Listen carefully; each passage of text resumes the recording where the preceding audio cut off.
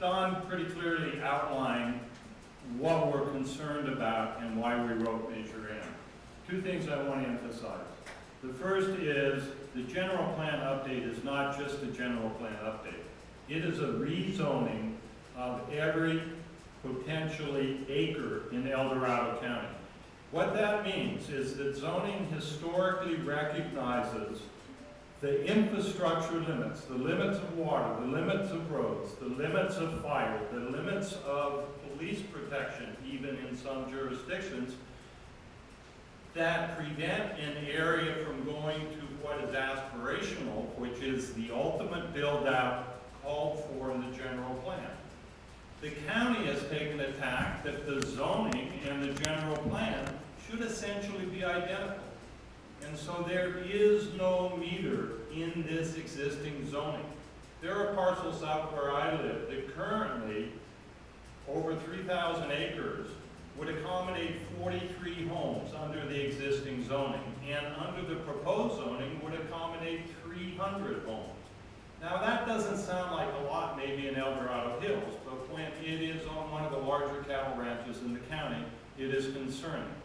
So it is the zoning ordinance that is actually attempting to push this urbanization and ex-urbanization into the rural areas of the county.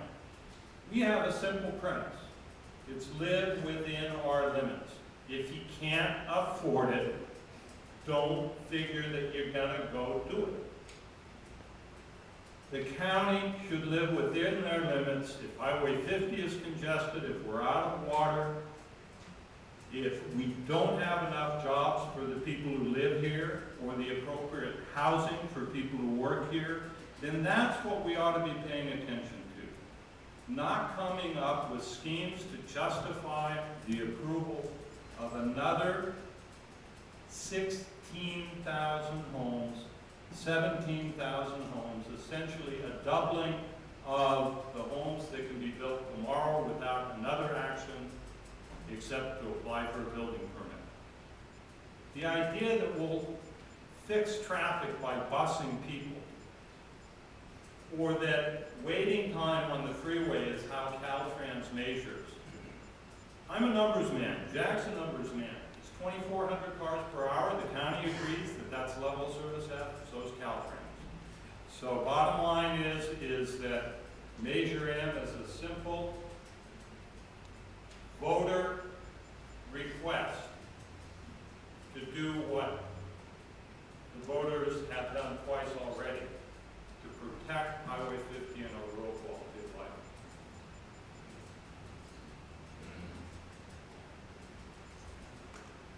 Hi, Kim Neal. Just so you'll have a little more background, I was not born here, unlike Jack Sweeney, but I did move here to Cameron Park in 1966 with my parents and siblings, and I still live in Cameron Park. And I've been in real estate since 1978, so that's a good long run. And I've been active in paying attention to general plan, land use decisions, zoning, and all of that since I've been here, mostly since '85 actually. I've been doing this. So when Jack speaks of going back to 1987 and area plans, I remember those days. A couple of comments on what was just given to you, information given to you. The general plan, when it was being processed, was planning for an additional 32,500 residential units, not parcels. Of those numbers, as they've been doing the general plan update, the planning department presented a report to the staff, to the board of supervisors just this year, and they said already that 15,000 of those units are already built. So what remains is another 17,500 residential units. And the reason I use units as opposed to parcels is because of the multifamily properties. Of those units that we're talking about, 6,000 of them are on multifamily. And that would be to create apartments, condominiums, townhomes, that kind of a thing. And so it includes those parcels as well.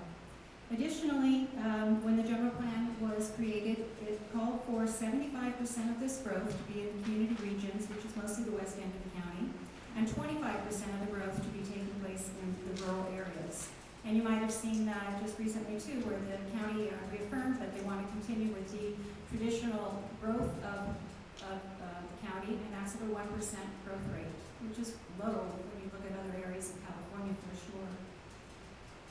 As to zoning, State law, general plan law says that the general plan trumps zoning.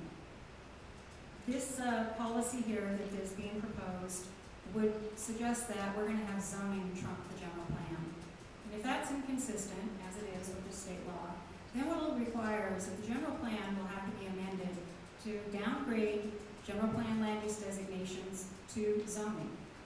So when they talk about just the fact that there's two policies here in this general plan that are going to be amended, that's just the beginning. Because every single thing in the general plan, you have one policy. By the way, there's over 1,000 policies in the general plan. Here it is, adopted in 2004, and the voters in March 2005 approved this document as well. The reason in El Dorado County that a lot of the zoning hasn't taken place to be consistent with the general plan is in our county. We have traditionally waited until an applicant, whether it be a property owner or a developer, wants to improve a particular property before they go in and say, okay, I want to rezone this property to be consistent with the general plan.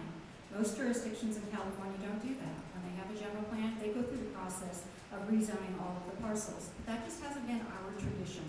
And that is why you hear people say our zoning is inconsistent with the general plan. Yep, you're right, it is. But general plan law says general plan designation trumps zoning. I'm going to defer the rest of my time to Mr. Sweeney. Thank you, Kim. I don't want to tell you folks all these numbers because they're very confusing. And it's my strong opinion that the opposition to the opponent's summary that they've double counted. They didn't subtract the underlying parcels. They took the additions, and I think there's quite a bit of difference, but they've never taken into consideration the topography of this county. All those numbers are what I call flat paper numbers. So if you look, we've only produced in this county about 65 to 70% of the number of parcels that the piece of paper says you could get. And then after you get into the process, you wind up losing even some more. So we don't wind up with that many parcels. The second thing is what Kim referred to. When we approved the general plan in 2004, we said that within a year you were supposed to update the zoning. Well, you can see what it takes to update the zoning. We're still working on it. And that's what part of this LUPU process. For 5 years now, several hundred people have been, or at least 200 or 300 people have been working to come up with a community plan that would ultimately make all of this work. And one of the big problems was what to do with the multifamily and the low income and how to fit all that in. And we're required by state law to fit that in. We just can't ignore it because if we do, the state will call our general plan out of order, and we can't have that. Mr. Bakke or Mr. Senator referred to the largest cattle ranch in the county, and that's the Bakke Ranch. Already, the American River organization, American River Conservancy, has bought up at least 1,500 acres of that land, and they use it along the river for open space.